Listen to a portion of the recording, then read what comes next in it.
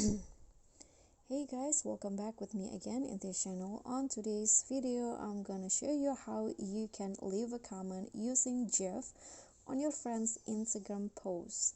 So now on Instagram, you can use GIF to leave to reply or like comment on your friend post.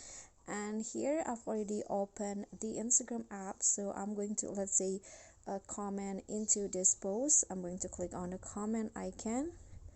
Okay, so now you can just click on the GIF options here to, if you want to leave a comment using GIF.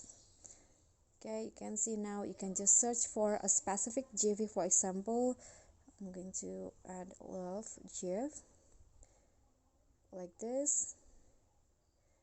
Then you can just click on the GIF that you want to use, and after that the reply or the GIF will be posting in the comment section on your friend's Instagram post. Okay, so that's all from me. I hope the simple tutorial will be helpful. Don't forget to subscribe, like this video, comment, and also click on the thanks button. Bye.